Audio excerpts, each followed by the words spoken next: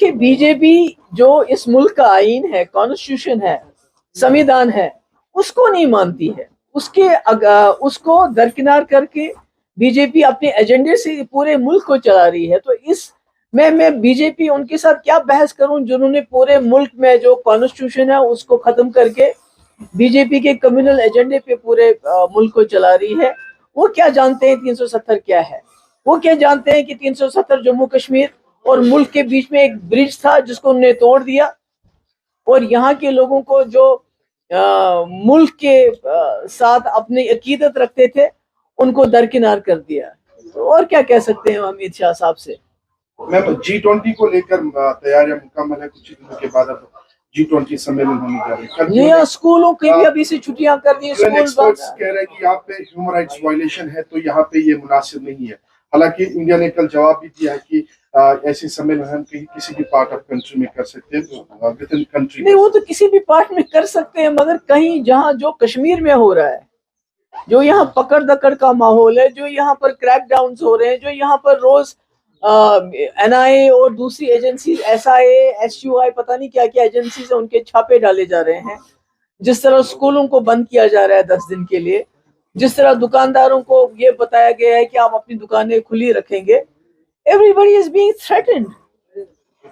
तो ऐसे में आप G20 में जम्मू कश्मीर को एक ट्रॉफी की तरह पेश करना चाहते हो। देखो जी, जम्मू कश्मीर में सब कुछ ठीक ठाक है, और आप भी लोग जानते हैं, मैं भी जानती हूँ कि जम्मू कश्मीर में क्या ठीक है। बदकिस्मती से बीजेपी जमात ही नहीं बल्कि बीजेपी की सरकार ऐसी फिल्मों को प्रमोट करती है जो सोसाइटी में नफरत फैलाते हैं, जिसका हमने नतीजा परसों जम्मू मेडिकल कॉलेज में देखा, जहां लड़के लोहो लुहान कर दिए गए, खून से वो लथपथ थे, जख्मी हो गए। और मसला यही था कि जो केरला स्टोरी की फिल्म की बात, उसके ऊपर बहस हुई थी। तो ये जमात ही नफरत फैला रही है, जमात ही चाहती है लोगों को लड़ाना।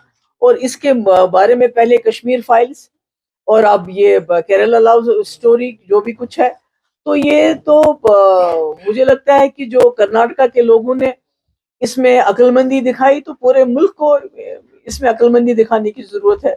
मैम, पॉलिटिकल पार्टीज अब आहिस्ता आहिस्ता सुप्रीम कोर्ट का दरवाजा खटखटा रही है कि यहाँ पे इलेक्शन कमीशन ऑफ इंडिया क्यों चुनाव नहीं कर रहा है। क्या PDP भी सुप्रीम कोर्ट पहुंची थी PCI को इस हिदायत के लिए? अगर PDP के पास रिसोर्सेज हो तो हम सबसे पहले जो हमारे नौजवान जम्मू कश्मीर के अंदर, जम्मू कश्मीर के बाहर पिछले 4-5 साल से जेलों में सड़ रहे हैं, जिनके माँ बाप इतने गरीब हैं कि वो वहां जाके उनका केस तो लड़ने की बात दूर की है, उनसे मिलने के लिए भी नहीं जा सकते हैं, जो दिन रात रोते रहते हैं अपने बच्चों से मिलने के लिए, जिनके केसेस में जो हेयरिंग ही नहीं होती, अगर हेयरिंग होती है तो सरकार की तरफ से गवाह नहीं पेश किए जाते हैं, यानी जिनका प्रोसेस जो चल रहा है वही सजा बन चुका है, और 4-5 साल से कुछ भी नहीं हो रहा है। तो अगर हमारे पास वसाइल हो तो हम सुप्रीम कोर्ट में जाके उनका केस लड़ेंगे। इलेक्शन तो बाद की बात है। जो यहाँ के लोगों के बेसिक राइट्स हैं, एक्सप्रेशन, अपनी बात कहने का, अपनी मर्जी से दुकान खोलने का, बंद करने का, अपनी मर्जी से सड़क पे चलने का, कहां पर चले कहां नहीं चले, तो जब आपके बेसिक राइट्स ही खत्म हो गए, इलेक्शन तो बहुत दूर की बात है। उनको पकड़े, उसके तो खिलाफ कोई नहीं है। मगर मैं ये पूछना चाहती हूँ कि जो कश्मीरी पंडित यहाँ 30 साल से रह रहे थे, जिन्होंने कश्मीर नहीं छोड़ा था, आज वो जम्मू क्यों भाग गए हैं? ये कौन से हालात हैं? अगर उमर फारूक साहब, जिनके वालिद को शहीद किया गया है, तो वो हाउस अरेस्ट में है, उनके पीछे एजेंसीज क्यों लगी हुई हैं? महबूबा जी, जब आपकी गवर्नमेंट थी करीबन 11,000 बच्चों को आपने केस से रिवोक किया गया, तो आज की गवर्नमेंट जो है उन बच्चों को वापस पुलिस स्टेशन ला रही है और यही कह रही है कि जब तक G20 खत्म हो जाए आपको सुबह शाम पुलिस स्टेशन में ही रहना पड़ेगा। वो तो मैंने पिछली बार भी आपको कहा है कि पहले भी पकड़ के लेते थे, अब G20 की वजह से और भी ज्यादा पकड़ दकड़ हो गई है। इस तरह से उनको बंद किया जा रहा है। नहीं, एक पैरानोया है, एक डर है, एक खौफ है, पता नहीं क्या होने वाला है। ये तो जबानी तो ये कहते हैं सब कुछ ठीक ठाक है, मगर इनके दिल में चोर है। इनको पता है जो उन्होंने 2019 को किया, बहुत बड़ी गलती की, और उसकी जो ये है वो सजा यहाँ के लोगों को दिन ब दिन देते जा रहे हैं। टेक वन अब आपके व्हाट्सएप पर। व्हाट्सएप करिए hi 9728253663 पर।